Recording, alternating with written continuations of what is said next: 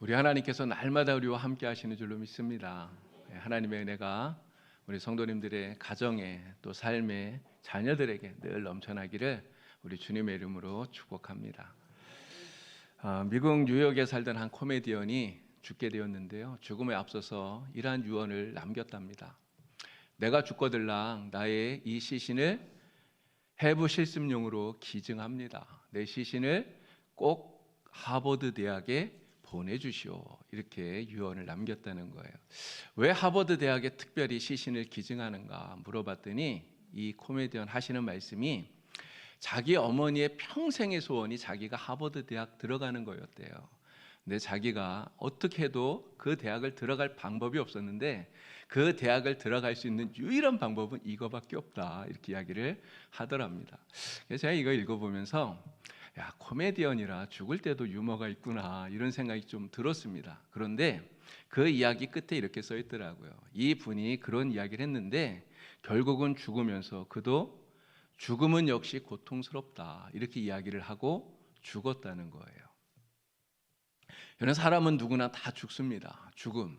우리는 이 죽음에 대해서 그냥 당연하게 받아들여요. 이게 죽지 않는 사람이 없으니까요. 그런데 사실 이 죽음이라고 하는 것은 우리 인간에게 있어서 자연스러운 것은 아닙니다. 이것은 부자연스러운 거예요. 여러분, 왜 그렇습니까?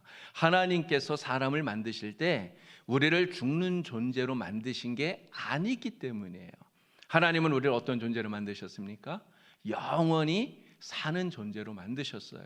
그런데 아담과 하와가 죄를 범했죠. 그 죄 때문에 죽음이 우리에게로 들어오게 된 거예요. 그래서 우리는 죽을 수밖에 없는, 죽지 않는 존재로 만들어졌는데 죽을 수밖에 없는 이러한 존재가 되었다는 거죠. 여러분, 그래서 사람들은 이 죽음을 두려워합니다. 죽음이 우리에게 공포의 대상이 돼요. 누구나 한 번은 다 죽는다는 것을 알지만 할 수만 있다면, 정말 어떻게든 내가 할 수만 있다면 이 죽음을 피해보고 싶은 이 마음이 우리에게는 있다는 거죠. 여러분, 중국의 그 진시황이 불로초를 찾아서 우리나라까지 사람을 보냈다고 하지 않습니까? 이게 너무나 유명한 이야기죠. 그런데 그러한 정말 세상에 가장 큰 권세를 가졌던 이 진시 황제도요, 여러분 몇 살에 죽었습니까? 겨우 49에 죽었어요. 이게 우리의 인생의 모습이에요. 근데 여러분, 세상 모든 사람들이 죽음에 대해서 두려움을 가지고 공포를 가지고 살아가지만 그렇지 않은 사람들이 있어요. 여러분, 그게 누굽니까? 바로 우리예요. 예수 믿는 사람들. 예수 믿는 사람들은 죽음을 두려워하지 않아요. 여러분, 정말 죽음을 두려워하지 않으십니까? 예, 여기 몇 분만 안 두려워하시는 것 같아요. 여러분, 죽음을 두려워하지 않으십니까? 예, 정말 우리에게는 죽음이 두렵지 않아요. 여러분, 왜 예수 믿는 사람들은 죽음을 두려워하지 않습니까? 이유는 예수님께서 부활하신 것처럼 우리도 죽음을 이기고 다시 부활할 것을 믿기 때문이에요. 예수님이 부활하신 것처럼 우리도 부활할 것을 믿는 이 믿음, 이 부활 신앙이 바로 우리가 죽음을 극복하는, 죽음의 두려움을 이겨내는 비결이 된다고 하는 것입니다. 자, 그러면 이 부활 신앙은요, 정말 우리에게 너무너무나 중요한 거예요. 우리는 이 부활 신앙을 정말 잘 붙들어야 됩니다. 여러분, 이 부활 신앙이 왜 중요한가? 그 이유는 바로 우리 기독교가 이 부활의 신앙, 이 위에 기초하고 있기 때문에 그런 거예요. 자, 14절에 있는 말씀을 우리 다시 한번 읽어보겠습니다. 14절. 그리스도께서 만일 살아나지 못하셨으면 우리가 전파하는 것도 헛것이요 또 너희 믿음도 헛것이며. 아멘. 자, 사도 바울이 지금 뭐라고 말합니까? 예수님의 부활이 사실이 아니라면 바울이 전한 그 모든 것들이 다 헛된 것이라고 얘기를 해요. 또 바울을 통해서 우리가 복음을 들었고 예수를 믿게 되었는데 우리가 이렇게 예수 믿는 이 믿음이 다 헛된 것이라고 이야기를 하는 거예요. 예수님의 부활이 사실이 아니라면 우리 기독교에서 말하고 있는 모든 진리가 사실은 다 무너져 버린다는 것입니다. 그래서 예수님의 부활을 믿는 이 믿음, 또 예수님처럼 우리도 부활할 것을 믿는 이 부활신앙, 바로 이것이 우리 기독교를 세우고 있는 가장 중요한 밑받침, 초석이 된다라고 말씀을 드리는 것입니다. 여러분, 그렇기 때문에 사탄이 우리 기독교인들을 공격할 때 가장 먼저 무엇을 공격하는지 아십니까? 여러분, 사탄이 기독교를 흔들어서 무너뜨리려고 한다면 무엇을 먼저 공격해야 되겠습니까? 바로 이 부활신앙, 이 부활을 믿는 이 믿음을 공격하는 거예요. 그래서 부활신앙이 부정이 되고 또 사라지면, 그러면 기독교는 근본부터 흔들려요. 그래서 무너지게 된다는 것입니다. 그래서 초대교회 때부터 지금까지 끊임없이 사탄은 우리의 이 부활의 신앙, 이 부활신앙을 공격하고 있습니다. 여러분, 오늘 우리가 읽었던 본문의 12절 말씀을 보니까 고린도 교회에 부활이 없다고 주장하는 이런 사람들이 있었어요. 그래서 부활이 없다고 말하는 이런 사람들이 교회 안에 성도들의 믿음을 흔들리게 만들었다는 거죠. 디모데가 목회를 했던 에베소 교회도 마찬가지입니다. 이 에베소 교회 안에 후메네오 또 빌레도라고 하는 사람이 있었어요. 이 사람들이 주장하는 것이 무엇인지 아십니까? 부활은 이미 지나갔다는 거예요. 부활 없다. 우리는 부활하지 못한다는 거예요. 그런데 바울은 이 후메네오와 빌레도처럼 부활이 이미 지나갔다, 없다 이렇게 말하는 이 사람들을 가리켜서 악성 종양과 같은 자들이다 이렇게 이야기를 해요. 악성 종양이 무엇입니까? 암덩어리잖아요. 우리 안에 암덩어리처럼 이단 사상을 퍼뜨려서 그래서 우리의 믿음이 흔들리게 만들고 결국은 천국도 영생도 잃어버리게 만드는 이러한 사람들이라고 말하는 것이죠. 네, 여러분, 지금도 마찬가지인 것 같아요. 부활을 의심하는 사람들이 여전히 많습니다. 어떤 사람들 이야기해요.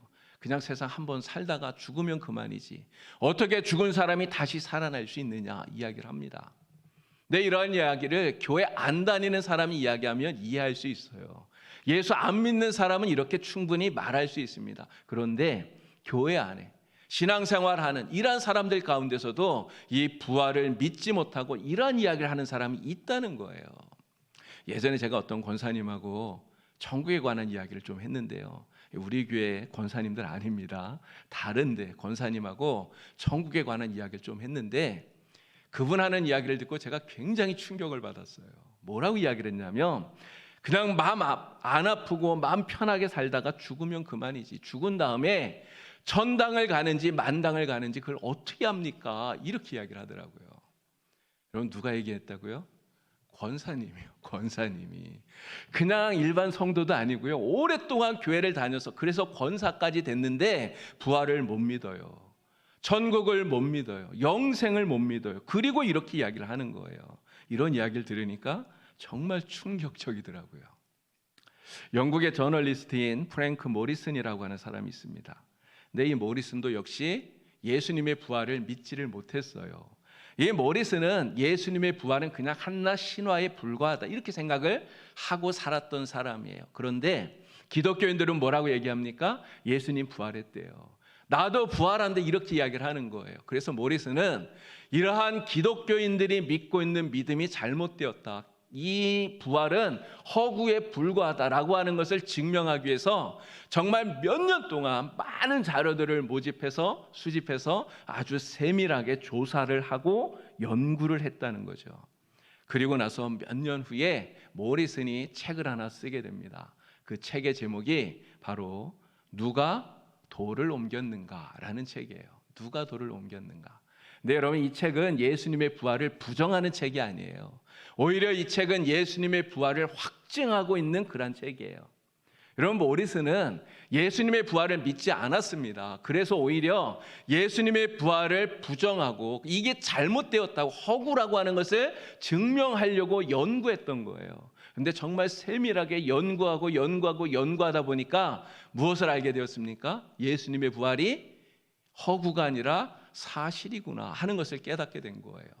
이걸 연구하면서 예수님의 부활이 진짜 사실이구나 이것을 깨닫고요. 그리고 나서 예수님의 부활을 증명하는 이 누가 돌을 옮겼는가라고 하는 이 책을 짓게 되었다는 것입니다. 여러분들은 예수님이 부활하신 것을 확실히 믿으십니까? 예, 확실히 믿으십니까? 예수님께서 부활하신 것처럼 여러분들도 부활한다는 사실을 확실히 믿으십니까? 예, 확신하십니까? 예, 아멘 소리가 작아집니까? 예수님은 부활하셨는데 나는 부활할 것 같지 않으신가요? 여러분, 예수님이 부활하신 것처럼 오늘 우리도 부활한다고 하는 이 확실한 부활의 믿음, 이 부활의 신앙을 가지고 오늘 우리는 살아가야 됩니다. 여러분 모두 다 부활을 확실하게 믿으시고요. 그리고 예수님처럼 나도 부활하리라, 이 부활 신앙을 가지고 날마다 담대하게 살아가는 우리 봉산교회 성도님들 다 되시기에 우리 주님의 이름으로 축복합니다. 자, 만일 우리에게 예수님의 부활이 사실이 아니라면, 만일 예수님의 부활이 사실이 아니라면 여러분 우리에게 무슨 일이 일어날까요? 어떻게 될까요? 만일 예수님 부활하신 게 아니라면 우리에게는요, 너무나 두려운 두 가지 결과가 나타나게 됩니다.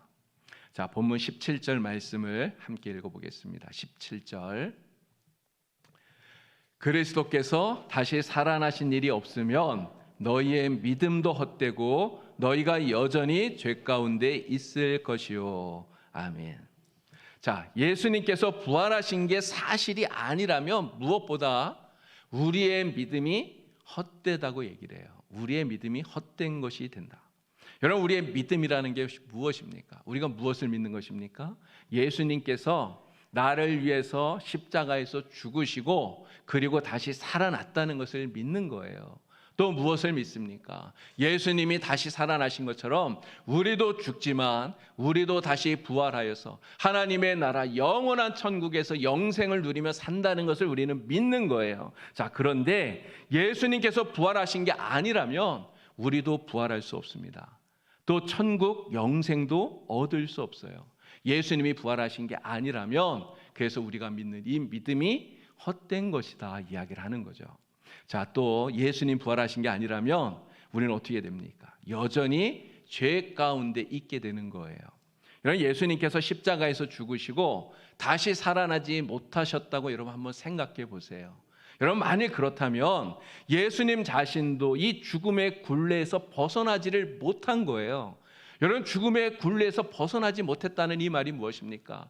죽음, 바로 죄의 결과인 이 죽음을 이기질 못했다는 거예요. 자기도 죽음을 이기지 못했는데 어떻게 다른 사람을 다시 살아나게 하고 그의 죄를 용서할 수가 있겠습니까? 만일 예수님께서 십자가에서 죽으시고 다시 살아나시지 못했다면 이 죄의 결과인 죽음을 이기지 못하신 거고요. 결국 우리는 죄 용서를 못 받는다는 거예요. 우리가 죄 용서를 받지 못하면 어떻게 됩니까? 우리는 영원히 죄를 가지고 살아가는, 이 죄악 가운데 머물러 있는 그러한 사람이 되는 것이죠. 영원한 멸망을 받을 수밖에 없는 가장 비참한 존재가 될 수밖에 없는 거예요. 자, 그래서 바울은 이렇게 이야기합니다. 만일 예수님의 부활이 없다면 우리가 세상에서 가장 불쌍한 사람이라는 거예요. 자, 19절 말씀도 읽어보겠습니다. 19절. 만일 그리스도 안에서 우리가 바라는 것이 다만 이 세상의 삶뿐이면 모든 사람 가운데 우리가 더욱 불쌍한 자이리라. 아멘. 여러분, 왜 바울이 예수님의 부활이 없다면 우리가 가장 불쌍한 사람이 된다고 이야기를 하는 것입니까?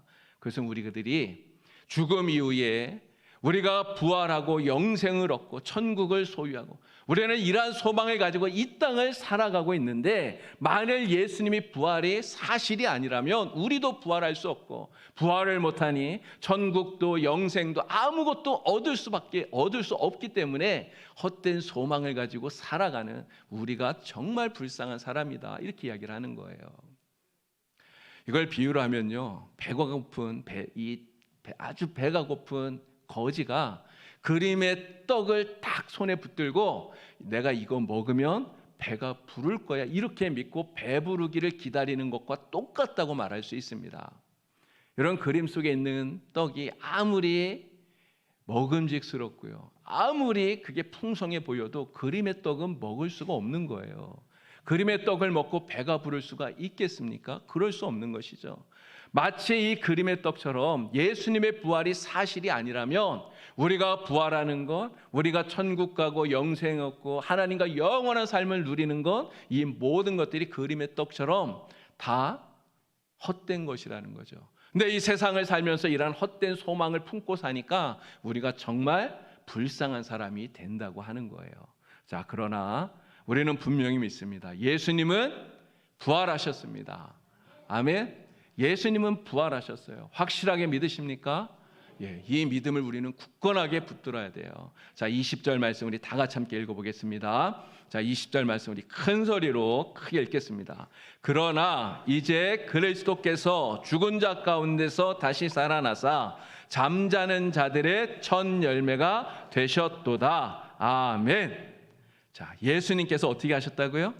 죽은 자 가운데서 다시 살아나사 잠자는 모든 사람들의 첫 열매가 되었다고 말씀합니다. 예수님 부활하셨어요.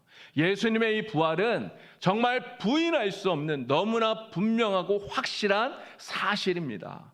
그렇기 때문에 우리의 믿음은 헛된 것이 아니에요. 우리의 믿음은 가장 귀하고 가장 아름답고 소중한 것입니다. 여러분, 우리는 어떤 사람입니까? 예수님을 믿는 이 믿음을 가지고 하나님 앞에 용서함을 받고 그리고 하나님의 자녀가 되어서 하나님의 백성 되어서 살아갑니다. 그렇기 때문에 우리는요, 세상에서 가장 불쌍한 사람이 아니라 가장 복된 사람, 가장 행복한 사람인 줄로 믿습니다. 아멘. 예수 믿는 우리가 가장 복 있는 사람이에요.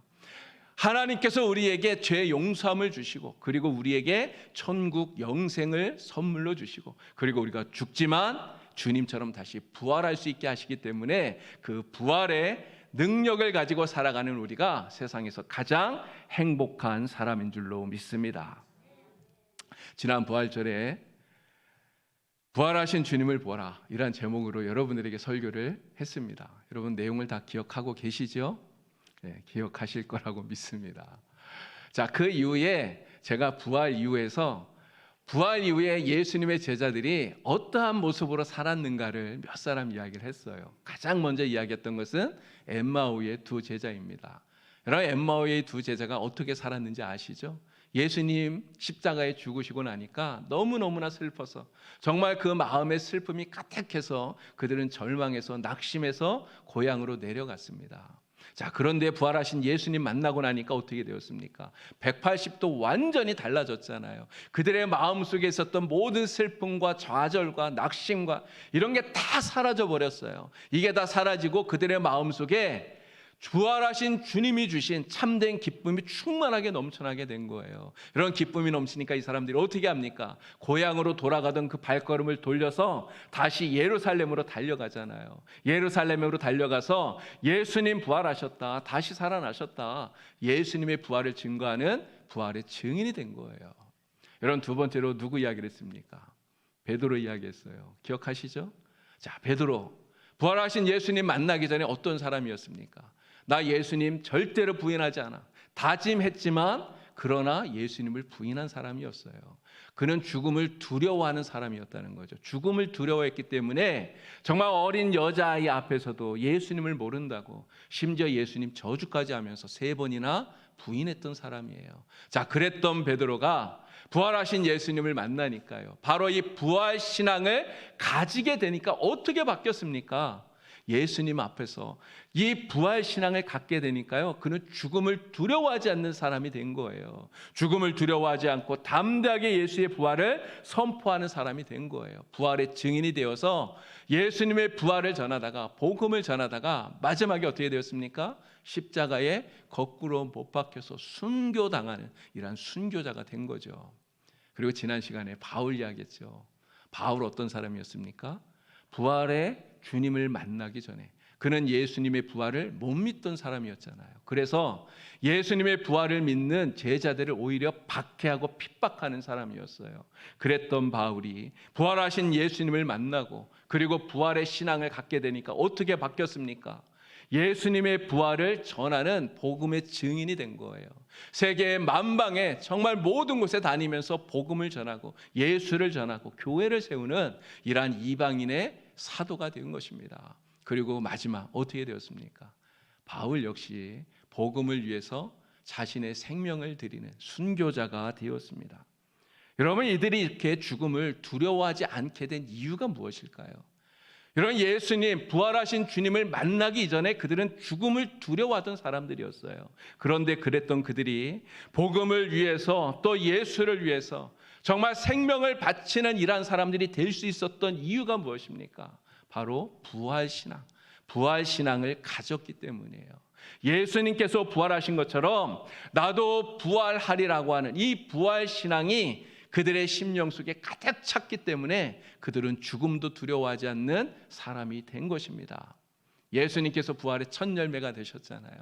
나는 예수님 이후에 부활의 다음 열매가 되리라. 이 믿음을 가지고 그들은 죽음도 두려워하지 않고 담대하게 복음을 전하는 귀한 믿음의 사람들이 된 것입니다. 여러분 모두 다 정말 이 제자들처럼 부활 신앙을 확고하게 붙드는 우리 봉산교회 성도님들 다 되시기에 우리 주님의 이름으로 축복합니다. 예수님께서 부활의 첫 열매이고요. 우리는 바로 그 다음 열매예요. 예수님께서 죽음을 이기고 부활하신 것처럼 우리도 죽지만 반드시 우리는 부활합니다. 우리는 다시 살아납니다. 그리고 하나님의 나라에서 영원한 천국에서 주님이 주시는 참된 기쁨을 누리며 하나님과 함께 영원히 살 줄로 믿습니다. 이 부활 신앙을 가지고 살아가는 여러분 다 되시길 바랍니다. 여러분 우리가 이 부활 신앙을 가지고 살아간다면요, 정말 세상에 두려울 것이 있을까요? 세상에 무서울 게 있겠습니까? 사실 두려울 게 아무것도 없어요. 이런 사업하다 실패할 수 있습니다. 망할 수 있어요. 돈이 없을 수 있죠. 정말 집안이 쪼달릴 수 있습니다. 여러분 그런 것 때문에 우리가 두려워할 필요가 있겠습니까? 두려워할 필요가 없는 거예요. 여러분 우리가 몸에 병이 들 수 있습니다. 정말 우리 몸이 아플 수 있어요. 여러분 병원에 갔더니 의사가 당신 이제 몇 달 못 살아 이렇게 이야기할 수도 있어요. 그러나 정말 우리가 그러한 상황에 처한다 할지라도 여러분 우리는 그러한 것 때문에 두려워할 필요가 없다는 거예요. 우리가 정말 아프다고 정말 힘이 든다고 여러분 세상에서 낙심해서 좌절해서 넘어질 이유가 없다는 것입니다. 오늘 우리에게 부활 신앙이 있다면 우리는 아무것도 두려워할 것이 없고요, 걱정할 것이 없고요, 근심할 게 없는 거예요. 오늘 우리가 부활 신앙을 가지고 있다면 우리는 죽음도 두려워하지 않습니다. 왜 그렇습니까? 지금 당장은 잠시 힘들 수 있어요. 지금 당장은 어려울 수 있습니다. 지금 당장은 고통을 당해서 괴로울 수 있어요. 그러나 결국 우리는 주님처럼 다시 부활하고 우리 주님께서 우리에게 예비해 주신 영원한 하나님의 나라 천국에서 영생을 누리며 살 것을 믿기 때문입니다. 아멘. 이 믿음을 가지고 여러분 승리하시길 바랍니다. 영화 쿼바디스를 보니까요, 네로 황제가 기독교인들을 핍박하는 이러한 장면이 나와요. 그 영화 가운데 제가 두 장면을 이렇게 캡처를 했는데요. 지금 위에 있는 것은 사자들이 그 원형 경기장에서 크리스천들, 기독교인들을 물어뜯어 죽이는 그러한 장면이에요. 여러분 굶주린 사자에게 물어뜯김을 당해서 죽는다. 여러분 얼마나 고통스러운 일입니까? 정말 우리가 상상하기 어려운 너무나 끔찍한 고통인 것이죠. 자, 그런데 네로가 경기장에 들어가서 죽은 기독교인을 살피다가 깜짝 놀라는 장면이 나와요. 왜 놀라냐면 이 사자에게 물어뜯겨 죽은 이 그리스도인들의 그 죽은 얼굴이 다 한결같이 웃고 있기 때문에 그렇다는 거예요. 웃고 있기 때문에. 여러분 어떻게 죽음 앞에서 웃을 수 있을까요? 그것도 평범한 죽음이 아니라 정말 이렇게 사자에게 물어뜯겨서 너무너무나 끔찍한 죽음을 당하는데 여러분 이 죽음 앞에서 어떻게 웃을 수 있습니까? 웃을 수 있는 것은 그들에겐 너무나 분명하고 확고한 부활 신앙이 있기 때문이라는 거예요. 예수님께서 죽음을 이기고 부활하신 것처럼 나도 예수님처럼 부활하리라. 주님께서 예비하신 영원한 나라 천국에서 내가 영생을 누리며 살리라. 이 확고한 부활 신앙이 그들에게 있었기 때문에 이토록 끔찍한 죽음 앞에서 그들은 정말 담대하게 오히려 웃으면서 그 죽음을 맞이하게 되었다는 거죠. 여러분, 우리 성도님들 지금 살아가시는 그 인생이 아무리 힘들고 어렵다 할지라도 여러분 절대로 낙심하지 마시기 바랍니다. 여러분들이 살아가는 그 삶 속에 뭐 때로는 몸이 아프고 힘들고 또 여러 가지 사업에 어려움이 있고 그러한 것 때문에 여러분 절망하지 마시기 바랍니다. 정말 우리 그리스도인들은 한숨 쉬면서 살면 안 돼요. 오늘 우리는 누구를 보아야 됩니까? 부활하셔서 살아계신 예수 그리스도 주님을 바라보는 믿음의 백성들이 되어야 됩니다. 그리고 주님 부활하신 것처럼 지금은 내가 어려움을 당한다 할지라도 반드시 이 어려움을 이겨내고 극복하고 그리고 죽음도 이기고 다시 살아나리라. 하나님의 나라에서 영원한 영생을 누리며 내가 살리라. 이 믿음을 가지고 살아가는 저와 여러분 다 되기를 바랍니다. 이 소망은 절대로 변하지 않는 우리 하나님께서 예수님을 통해서 우리에게 주신 확고한 약속이에요. 하나님의 약속을 믿고 이 땅에서 사는 동안 잠시 당하는 시련이나 어려움이나 그 어떤 것이든지 넉넉하게 다 이기고 승리하는 우리 성도님들 다 되시기에 우리 주님의 이름으로 간절히 축원합니다. 기도드리겠습니다. 하나님 아버지, 오늘 우리들의 심령 속에 확고한 부활신앙, 정말 변하지 않는 부활신앙, 이 믿음이 있게 하여 주시옵소서. 이 부활신앙을 가지고 우리가 어떠한 어려움을 당하든 시련을 당하든 무엇이라도 넉넉히 이겨낼 수 있는 하나님의 귀한 백성들 되게 하여 주시옵소서. 이 부활신앙으로 날마다 승리하는 복된 성도 되게 하여 주시옵소서. 예수님의 이름으로 기도드리옵나이다. 아멘.